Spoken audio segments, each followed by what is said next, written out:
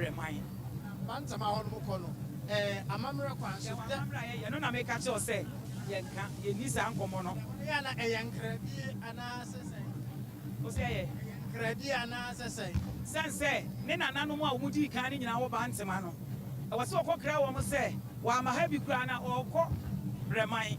To a decamp for Bantama, a crowd Bantama, and Sanwako bremai. See, 8 years ago, Brana Yaden and Asa Waku be ampem Ekoyano, Miko Hobby. Namijina, Baby Bantama Hene, Ebo Jano, na or Channel, a ho and an ame war. Me person me bisa say, so mumne ba, is here any one as a money back of you. And you'll be an extremely if you. Ye quine and so send yes, yet a quine. 8 years, me dear, it's been a year and a junior in a copy year. It's any rat demo, you'll be any rahubi. It's a Korea mamrena, near the Nabesane, a cock bremai, a honor, or Nene and Anoma, woody can go din crack. Now, a bestene cock, maybe I walk on that. Breman Korea, also Mukobi and I say, Mudemuri, a honey remubi. Send a make us say any free band to my call bremai. It's Yenny Bem for Nankasa. Bremai for the only Ahoyo, Omudomo, young Mayura. Now you can't bear for now. Woman free bandsman, woman at the call. Bremai ho. A man says, Yen can't boom. I have reminded was saying, in Grenade to us, so soon bear Muninan. Yakaya Wabomua, Yen I assume, but see ada Yagosi there. Now a Joada so a year at the edge one. Yasensia Ura, ever Bremai. It's Matese, Yanamudu have a mamma Panso, Breman for 2 barrier. Animal Casasia, Mamma Breman crew, and also Kofodia for woman yet or him a bar, almost see one say, Omuma, just almost your baby, and Sunny at your room. Kofodia honor, and on a war, who rabber Maya, a cacrebio. Now, what's so belly, I was say, Kofodia for Yatu Belliano, yes, a much your baby, and Sunny Mamma Quine, but Maso cries, Anna Yano, Yatu Prunimo, this a much yes. Sanya Mamma, this a Yura, HBB, only paid the any mono no move up quino. Still radiate me, eh, Yana wine. You have whom yes, Sani a cano. They were Mamma Quanson, Sani Yano.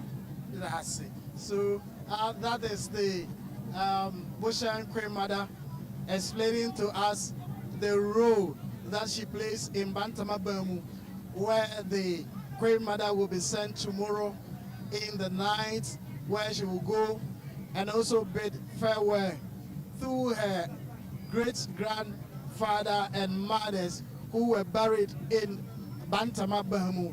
Then later they will proceed to Bermai, where she will be finally buried. And so that is what they are telling us right now. So it's so much interesting. We are learning and hearing a lot of different culture, traditions, the roles that various queen mothers and chiefs play in the Asante Kingdom. And one interesting conversation that came up in my conversation with her is that not all the things that happen in Bermu is told. And so she cannot explain some of the things to me. But in Bremai, before the body arrives at Bremai Kofodia, that is where the Kofodia people will block the road and demand that something is paid to them in line with tradition before they will allow the body access or entry to Bremai before they will land at the Bremai Bermu where she will be buried. And this is in line with tradition, not to disrespect Asantehemaa Otumfuo Osei Tutu II, but rather it is a tradition that the king himself understands that they have to perform. You are live on GH1 TV, live from Manhyia Palace, day 3 of Asantehemaa Nana KONADU YIADOM III. DޮTE YIE, that is the burial rite, is still ongoing in Manhyia. Very soon, Otumfuo Osei Tutu II is expected to rise. And when he rises, what it means is that Otumfuo will go to the palace and go and rest for tomorrow. Then tomorrow's funeral will continue.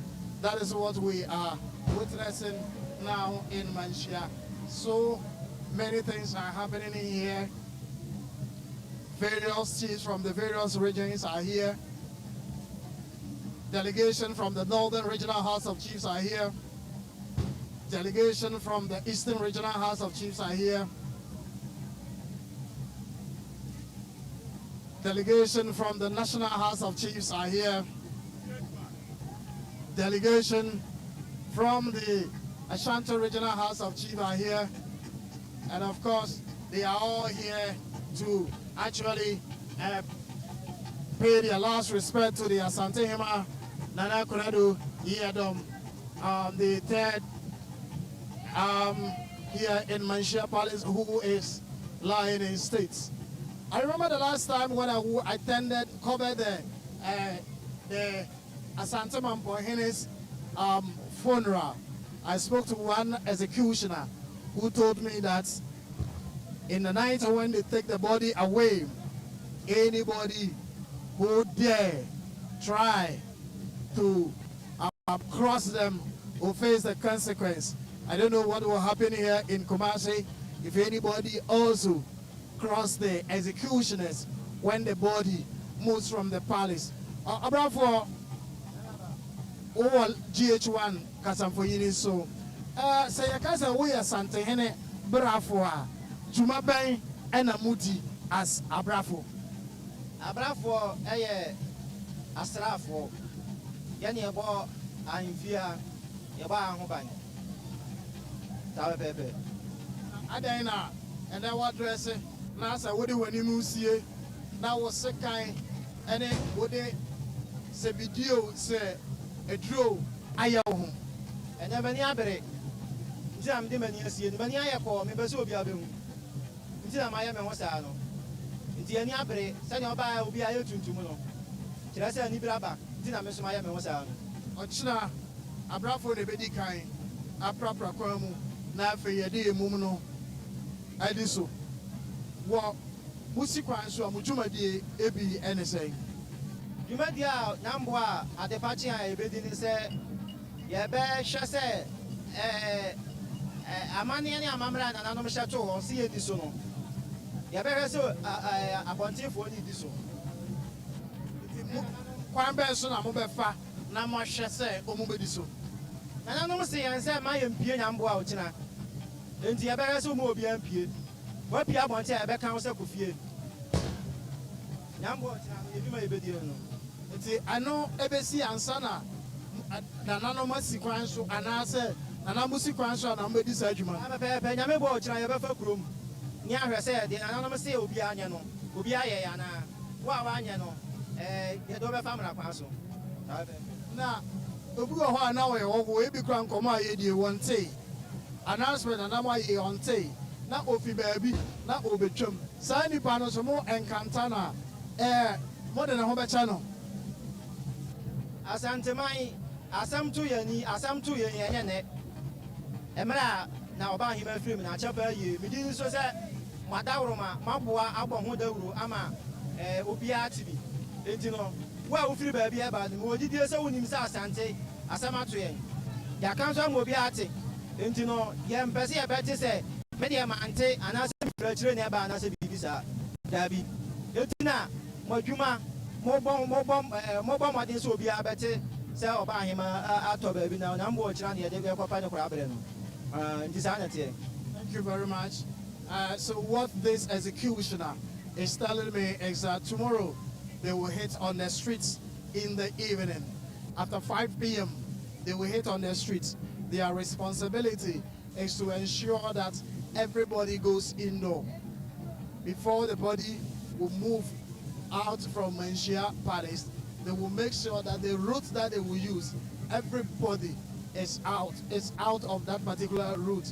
They don't want to encounter with anybody, and so they will make sure that everybody is out of the route before they will signal the delegation from Manhyia Palace to move the body.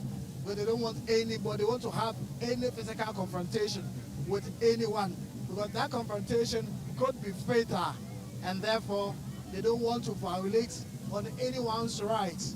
And so the caution is that still everybody should remain indoor. And that is the caution that they have given. As we speak, a lot of people are still living here. Kwame Achimai is within its at the Manhyia Secretariat. Kwame, Jumadia and Emodi, Obia Boma Babaso, it's a planning committee, no, the organization, no, perfect. All like Nanefia Kobisa Wampim, you know, we idea IFA. Maybe say, and then planning, no, a day in the Kumu, now a chance of cry, a chana Yaklamas, a chana of Ampayini, John Dramani, Mahama, Ebeba, the ministers of state, Dodona, and so Ebeba, a idea, Menoka say, former president Nana Danko Kufuado, Onoso Beba, former president John Ajekum Kufuor Ebeba, former vice president Dr. Muhammad Baumia, and so Baba, which I say, Nipa Bebre, Ebeba Ha Ochana arrangement, you know, and also at the same. Bedawase, said the Oka, no. Bibia is free. Enradi and I, and FBI, no. Mistakes by money, no man going, I share from that. This time, you're correct, no. Said the Oka, no. A teamwork. You won't have a teamwork. Nana, no. I catch you for any before I can't boom. And they put you a program in here together. IFFF, no. Said the and don't know. And they will say, I will be free other regions. Various regional house of chiefs, national house of chiefs, in our it's a dumb the doors, a chance of yes, political parties. It's one him, I'm on your fault. It's a chance of no doors. It's a Baba and white hydrant now. That's how I've been here. Thank you very much. So that's Kwame Achimai. He is the secretary to the Manhyia Chief of Staff and a member of the Funeral Planning Committee, telling us what has gone into effective planning and proper organization of the funeral from the one up to today being the third day and tomorrow being the final day. And of course, as he said, tomorrow they are expecting a lot of people. The politicians will be here and they come with their supporters. And so the thinking is that they need to also review their strategy to ensure that the event go as expected tomorrow. Nana memo akwaba ediba GH1. You saw me. Na your friend was saying na ufrihi. If your friend ba for kwa baby, if free sabronum. Sabronum aya bono I have for origin. Yeah, I have for no men's name and a walk. I Asante Kro. Na monso jumadi ebe na mudima Asantehene. Hey, ye wo jumadi kese edima na Asantehene. Sabronum akonwa no ye omanhene akonwa. Ye ejase fekuro mu na ye wo. Enu nti ye wo jumadi kese a edima Asante.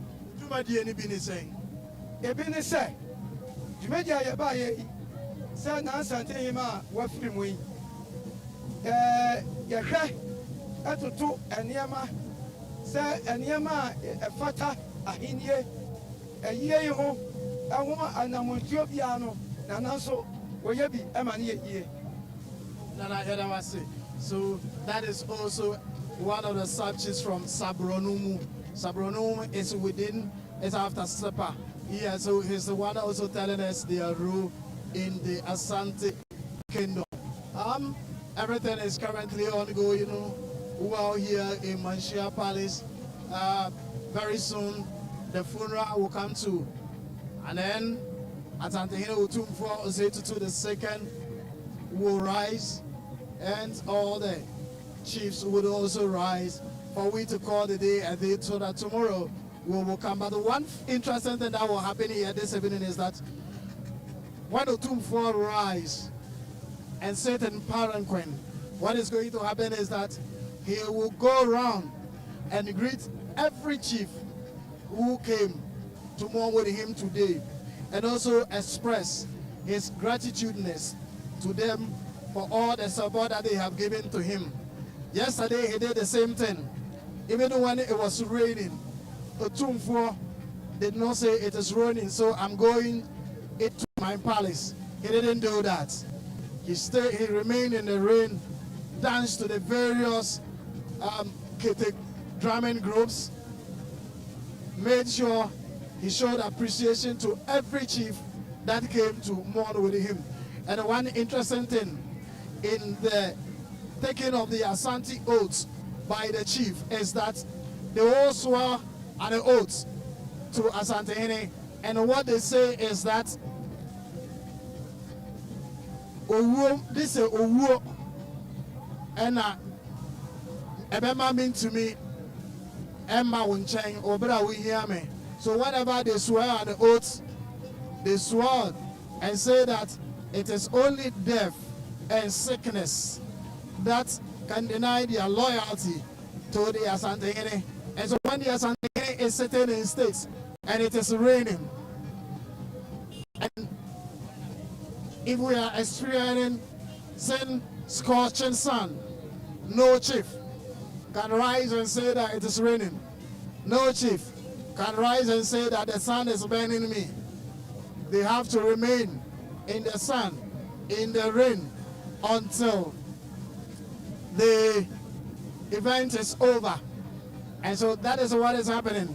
In Manhyia, no, yes, we are experiencing scorching sun, but no one will move until the king is out of the place. That is what they do in the kingdom. And it is a sign of loyalty to Asantehemaa Otumfuo Osei Tutu the second. I have with me a very beautiful woman here. Mami from Nana Fiacha Dewa. Nana Fiacha Ufi Ehena Udi Hene Ewahi. Ohima Ewahi. Me free from such a chrome. Namina me so in Asante for him. Okay. You came all the way from Sweden to come and mourn with the Asantehemaa? No correct. Great. Now Sweden also Ahini Amudi or Hono so Jumadi Ben Amudi Edibo Asantehemaa. Yo, there I did boy Asante say, ya church ya mebuno ya mamre ni amane. Say Jabo be saying so no. Yet make a kind and sassy. Na ya de bebo pem so edibeso. Edibebo no edibeso nasne ebe na ye. Seven prediasa. Ye rade wo nya obi ahwe. Esanse wode ne ho. Nanso ya na efe se dru ha. Na this year no aye wa amana ne no. Yanso so ye betre se ye tie na chi. Bibia mu a eti yeso de ye no no ada. Thank you and welcome to Manhyia Palace. Sweden for so Ahema na baako and actually say ono nso ababe pie mu Kumasi Krodua mu ha ya woni yewura Asantehemaa aba na ono abebom aye DOTE YIE e de ama Asantehemaa. The woman I just spoke to is Asante Queen mother based in Sweden. She tells me their responsibilities there is to educate or expose the Asantes born in Sweden to the Asante culture and tradition. They don't want their tradition to go mixing on the lips and the behavior of their sons and daughters. And so from time to time, they organize various traditional activities there to train their daughters and sons to observe the Asante culture and tradition anywhere they go, so that they will not depart from their tribe. And so these are some of their responsibilities. Mami, Pacha, what's your free Sweden about? Yeah, thank you very much. I will still go ahead with I will still continue with the Sweden Queen Mother to find out from her. Yatin Sambebre. So Abusua de Muko do her culture na e wo hono. A different culture. As a samo. E bi kra so mudi. Eti mu wo hoi. Sa na community enu ntina amama fa to mo say. E wo se mu make sure say culture na ye Asante and as a camfor amamre no. Mo de tete mo ma. Yo, me da say e no krese se wo free o ma mo ekọ akwasi kokọ kroma. E ya na o mo amamre ne o mama ne ne o mo hyehyeye no. Ene ye de ne boy bra. Enu nti na yeso ya fa ato ye ho so say ye be kire ye ma ne ye nananom no. Yamamre, any Yamaneno. Said the Bay 7 brothers, Omoba or Munchia, or Monra. Ebi a Casano, Ebi a quiet Faswa, ye penny, and penny ye, any idea in Antino, and not it to party, and I Asantehemaa, Esantehemaa, me body moise, Ekasa. Onti me, Emma baby, I'm an only baby, I'm a church. Nenanum, Yamamre, Yamane. It's ye, and see an emu, Ewo, I church, a man, Yamamre, Yamane, say, no crowd. Emebununa ebano. Ye wuso omandije. Yamamre ni amane no pa. Asantehemaa no edra omumu. Ena even in crowd do bebre so and crying for any other regions no. Omu nyina nso de ahye omamamre ni omamane no mokena. Ewa amano ne amasese efe pa yi. Asantehemaa. Yes, we are say. Yeah, okay. So Asantehemaa is also telling us that it is not only the Asantes who have intensified cultural education in abroad. The other tribes have also intensified cultural education, making sure that their sons and daughters do not depart from their various tribe traditional activities. So they are all making sure that Ghana is fully represented there. And so that is what they are doing. Your friend was saying, I was moving. Your friend and Opena are matching New York Asantehemaa. So, to my band, I would demand something in our Yomo. Pena, me organize Asantehemaa, Nina, your war, New York. Sir, your New York corners, Assembly, Asantehemaa, and Tema. Yelly, now, yes, if it's Obiba, that's a winning baby, that's a beer, Assembly to no baby. At least, Yako, Yako was a bit to me. I must say, Wanyano, the farm with you. Would you be a most way in New York? Nana Cobram matches are one side, New York as at the 4 Now, it is our one son of I say. Oh, someone son, dear own that. Who's a boy, dear, it may be a. Now, Nabamo Punti, what you mean, quite him. But so you bear my dear, would not shape our dear says over here. Maybe as also you know, young 20 years side. Never on one side. Now, New York, Abrofi, said you must see your money, and a Ghana for, said you see a near me. A brabum. Now, and also more anything. Oh, sir, baby, I never be our baby. The old home, maybe your hobby and I do me, and also to me, there would you so. Then more dear so away I would buy, room or refuse. We yes, also bet my show, dear Emma, because they say, New York Horn Cola, Sabi, Yakwen Hormono, yet also. It is a Antimania, Asantehemaa, Momo Huna, only a few Muchi, and no Muntina, or 2 4 Oboquare. Nya, sign with Diano, I did Sapo, Yakasi, Babasio, and the Maya, Sebet Machiche, a Hormosama, Omsogre, every Omuchi, Awagano. The activities very sad, I am Moyo, and Magana for no, I want, especially Mabuno. Oh, recently, I crown, yeah, picnic. Now, because here, people can say, I did share a Mabuno, say, Mabuno, or Momo said, one bit here, our force. The Riasa water, people be no power step, as soon as Oma may know Papa. One wise a refuge and will show baby a walk back, and watch here piano, what you meet to war. Now, what's it in orange as a boy, what how? The moment we hear your tea and a mile wedding, what it at it war. The Amphibiano, your organization, and my own ancient. Thank you very much. So that is one of the Asante chiefs in New York, as also explaining to us their roles in New York, so far as Asante and Akan traditions are concerned. What he is telling me is that they have realized that the youth are going astray, and so they have decided to design various cultural activities that would direct the youth back to their roots, even though they are not in Ghana. But as they are learning and witnessing their culture, it also tells them their identity and the way Akans and Asante people live their life. And so this is a dream of the Asantehemaa, the late Ufokuwari, and that is what they are also making sure that that dream achieve its purpose.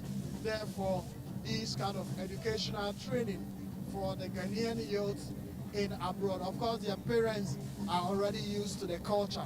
However, they think that where they are, they need to reinforce the cultural education in abroad to ensure that the youngsters do not depart from it, and that becomes their rare identity as Ghanaian in abroad.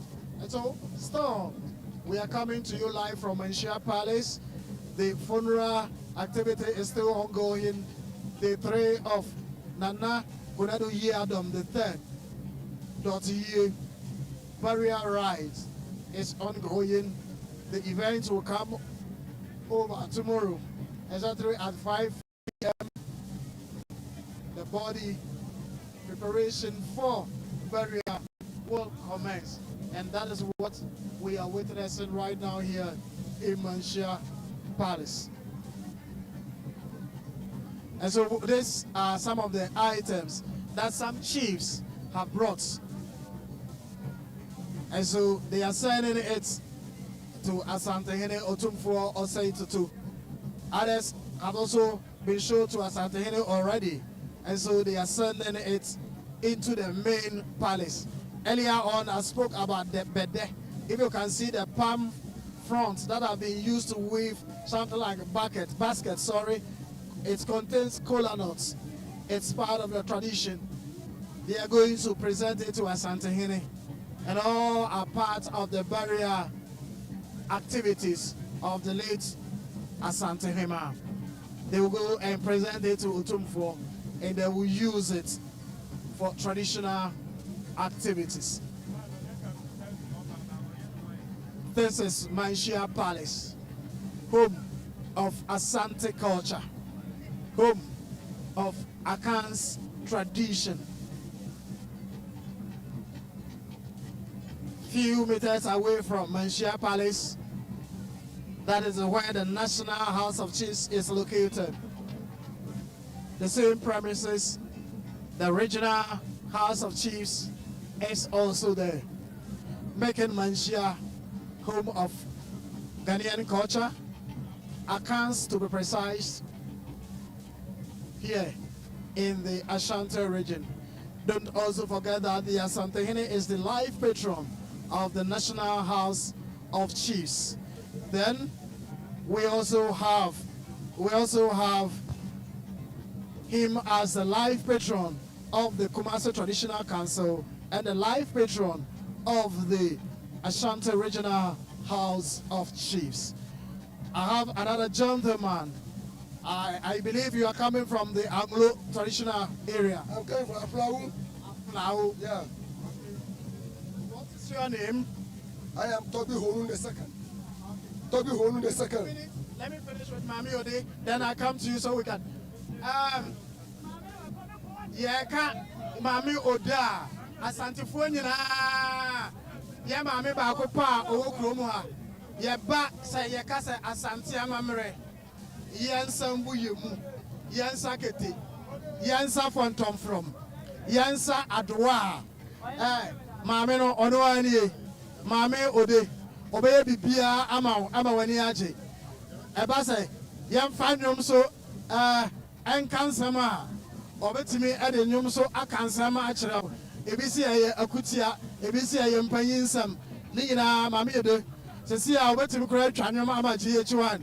Yɛ ma ne kwan sesi a Mami Ode ɛyɛ ade a ɔbɛyɛ ama wo sesi a ɔyɛ obi a kyerɛ sɛ n'ani ɛgye Asante amammerɛ ɛne culture ho.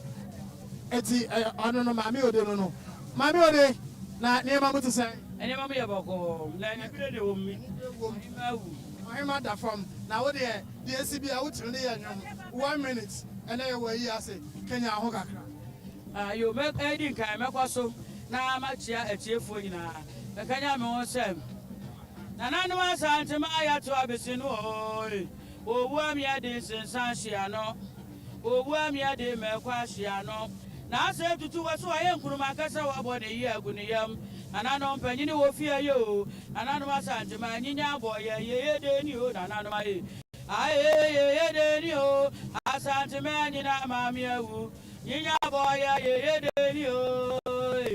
Aye ye deni o. Asantehemaa nyina mamia wu. Ninya boya ye deni o. Mami Ode, wakanya na hoka kreabi. Every event bia otimi at the composition.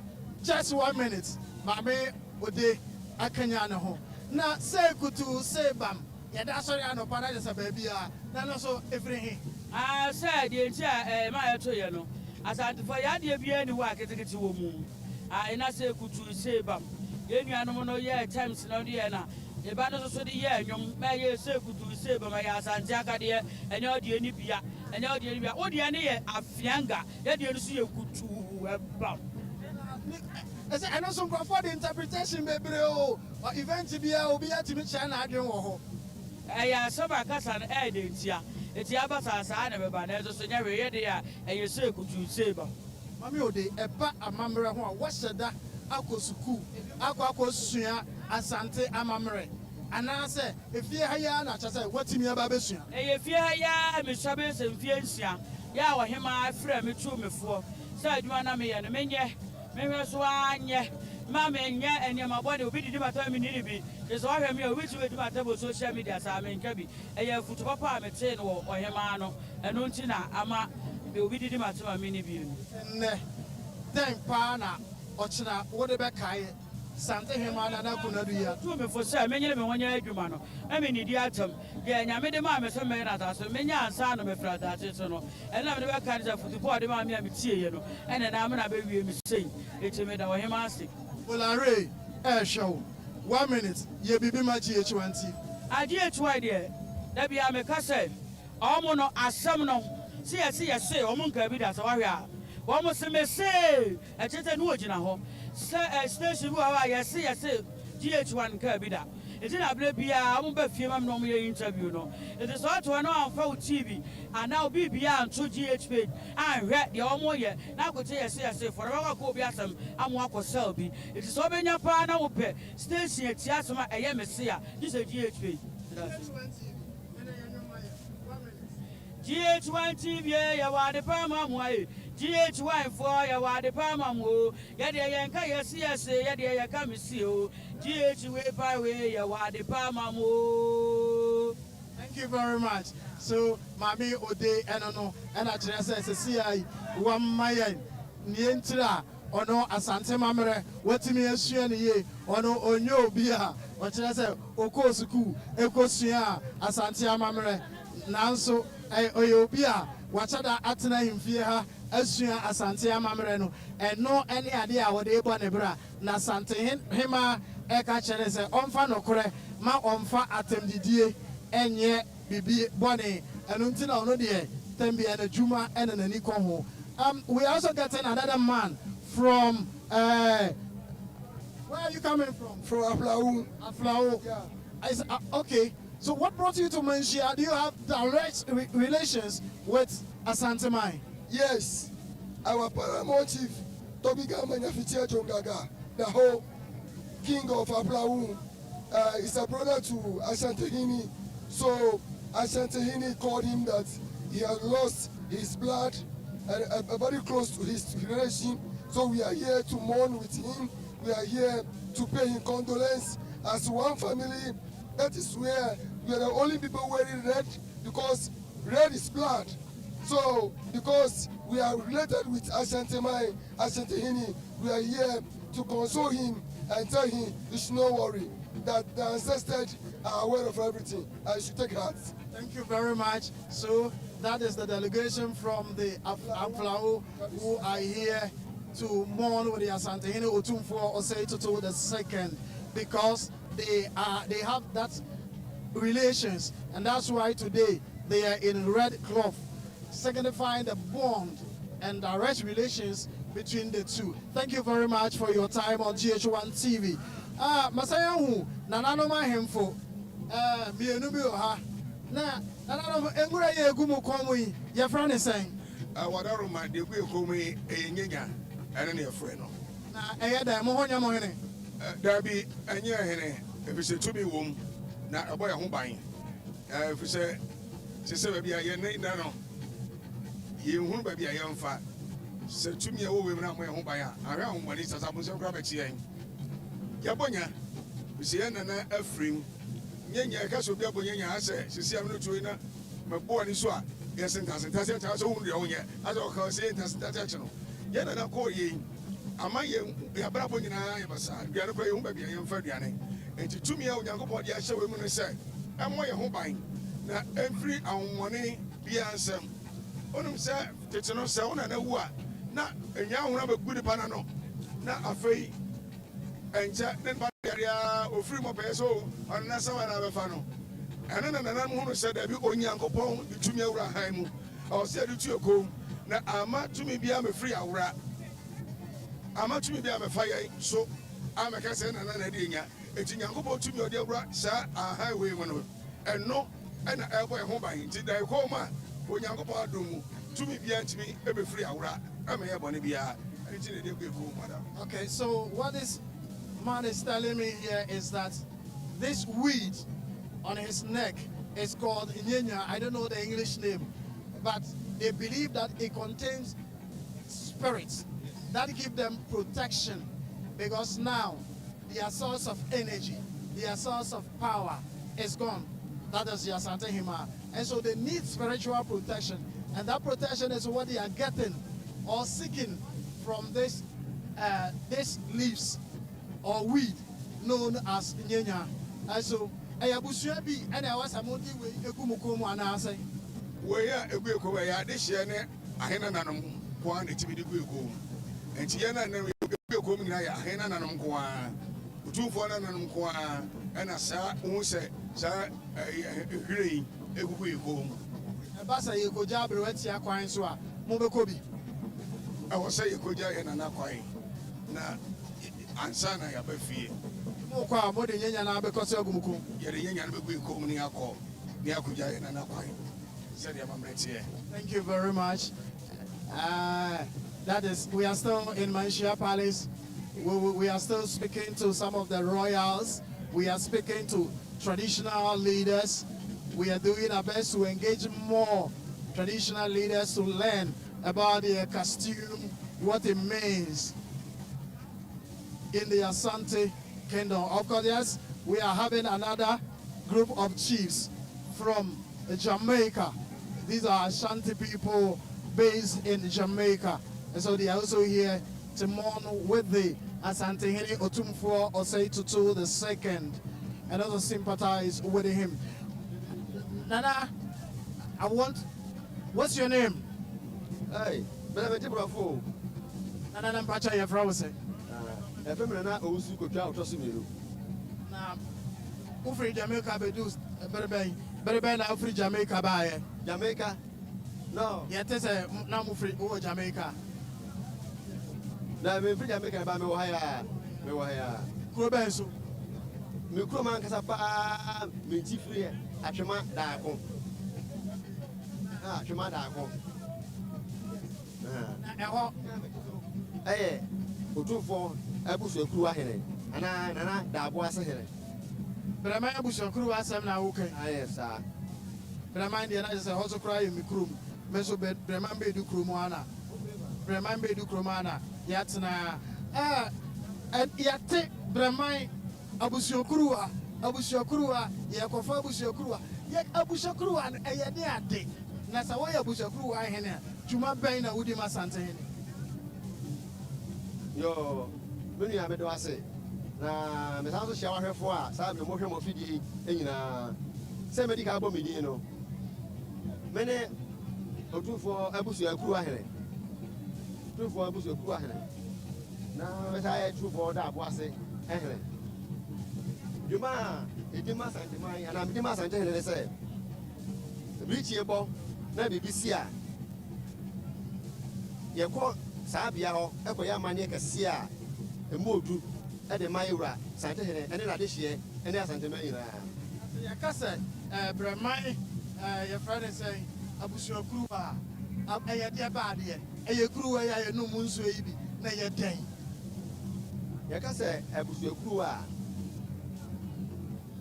na ye kasafa ye ura Asantehemaa ene na de hye ho Abusua nyinaa wa Asantehemaa mu nyinaa ene Asantehemaa ɔno ne abusua ene nyinaa yɛdɔm no enti sɛ ba sɛ yɛsɛ yɛpɛ abusua deɛ a na ɛne no ɔno enti abusua nyinaa tiri ɛno no ɛne kuruwa no okay sɛ yɛbɛsie Asantehemaa abusua kuruwa yɛkɔfa ɛde ba kyerɛ yɛ mu kakra nyame yɛ adom a ɛda yɛ bɛyɛ sɛbi yɛn na ɔkɔ akura yi na yi kɛseɛ no ɛna abusuakuruwa no yɛkɔfa ɛde kɔ abusuakuruwa hɔ bea yɛfrɛ abusuakuruwa hɔ no ɛkɔ yɛ amanneɛ hɔ ɛde ma mokɔfa firi he ɛfa firi abuakwa na mokɔ a mofa kaa anaasɛ monante ɛno nti ɛsɛ ɔma obi ampie saa da no ɛno nti na ɛsɛ saa da no duru hɔ ama obi ampie that is yɛwada no anadwo no yɛwada anadwo no amanneɛ bi wɔ hɔ a yɛbɛyɛ abusuakuruwa ahene ne ɛnananom a ɔmo wɔ asɛdeɛ wɔ mu ɛwɔ Nanahemaa sɛbi ɔkɔ akura yi edwuma ɛkora ho no ɔmo nyinaa odwuma a ɔmo bɛdie ɛnti na ɛsɛ ma obi ampie no mobɛkɔ abuakwa akɔfa abusuakuruwa ɛno deɛ ɛsɛ ma obi ampie nti duru hɔ a bɛbi ɛbi firi ba deɛ obi anim sɛ yɛn nso yɛbɛsi yɛhunu deɛ moyɛ adɛn nti na moka yɛn ahyɛ da mu yɛsi yɛte yɛamammerɛ yɛhunu na yɛka yɛtumi akyerɛ mu yie na sɛ nananom moka yɛn ahyɛ da mu wopɛ sɛ mo nkoa na mohunu nneɛma mo nkoa na mote na moka kyerɛ yɛn nso yɛn generation deɛ yɛbɛsi yɛhunu Onyankopɔn na ɔbɔ ɔsoro na ɔbɔ asase no ɔwɔ ahintabea ɔde ase enti saa na Asantehemaa nso wɔ ahintabea gye biribiara na ɔyɛ mu wobɛhunu a na ɔduru hɔ wonnu hɔ sɛ wɔyɛ ɔhene a ɛne sɛ wohu wɔno nya nya edu wote ase ɛberɛ a Onyankopɔn ɔka kyerɛ Israelfoɔ sɛ ɔbɛyi wɔn afiri Misraim na mmom eduru anadwo berɛ mu a ɔmo obiara fa mogya ɛnyɛ ne dan no na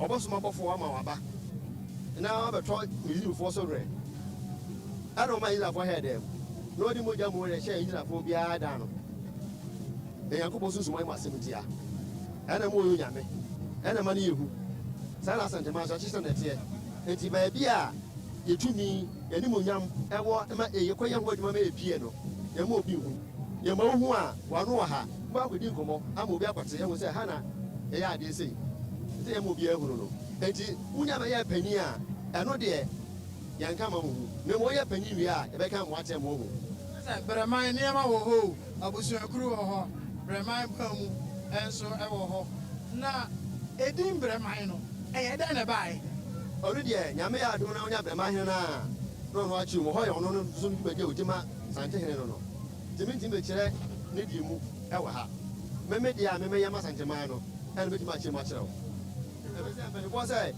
hwɛma ɛsɛ kusia no ɛsɛ ahwɛ a na ɛdɛ ɛbɔ sila yɛwada yɛnka da mu yɛwada no deɛ ɛno deɛ nsuo tɔw awia bɔw ɛfiri na onum na onsia ɛkɔ no deɛ ɔsɛ baabi ayɛ din Asantehemaa yɛtumi baako no ɛhɔ na ma yɛyɛ no ma ɛma Asantehemaa gyina ɛdeɛ deɛ woyɛ dɛn a yɛma wo pie abusuakuru ama wɔ abrafo abrafoɔ bɛba hɔ nti abrafoɔ no dwumadi a ɔmo bɛdi kɔsi sɛ yɛbɛsie aberɛwatia ɛne sɛn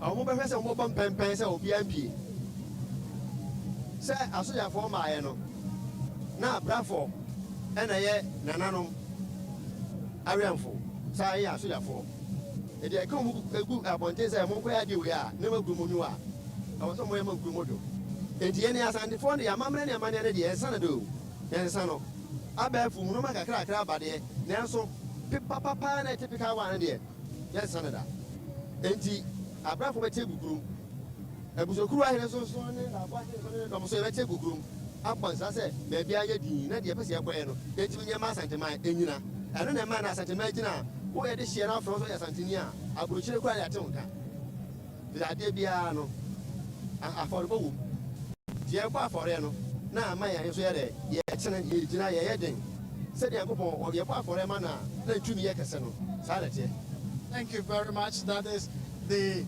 Bremai Abusua Hene telling us the role that he's placed in the Asante Kingdom so far as the Abusua is concerned. The Abusua we are talking about is a cup that he is the only one who has been entrusted to keep that particular cup. And in events like this, when they are doing the final funeral rites of the Asantehemaa, they will journey to Abuakwa, a long distance, where they will walk. They will not sit in vehicle. They will go and bring it, and they will use it to perform other tradition. And he's telling us that that is the head of the Asante family clan, and so that is what they are going to do. They will bring it and perform all the needed rituals. However, there are other secrets that he will not disclose to us. Thank you very much, Nana, for your time. Of course, one of the beautiful things that we have witnessed here in Manhyia Palace is the various performances of the fetish priest and priestess that came here to perform last Monday. Tuesday, they are still here. Wednesday and Thursday, they will still be here. If you go direct in front of the Queen Mother's Palace, that is where they have been performing. This is one of the beautiful priestesses. Nanaima, come for your friends. I am so kokroa and I winning. And also, I am so kokroa. I am so kokroa and tonso. Tonso newo. Na Jumadi Bay and I would Dima Santehene. Oh, I'm the boss and Tehene at Chidom.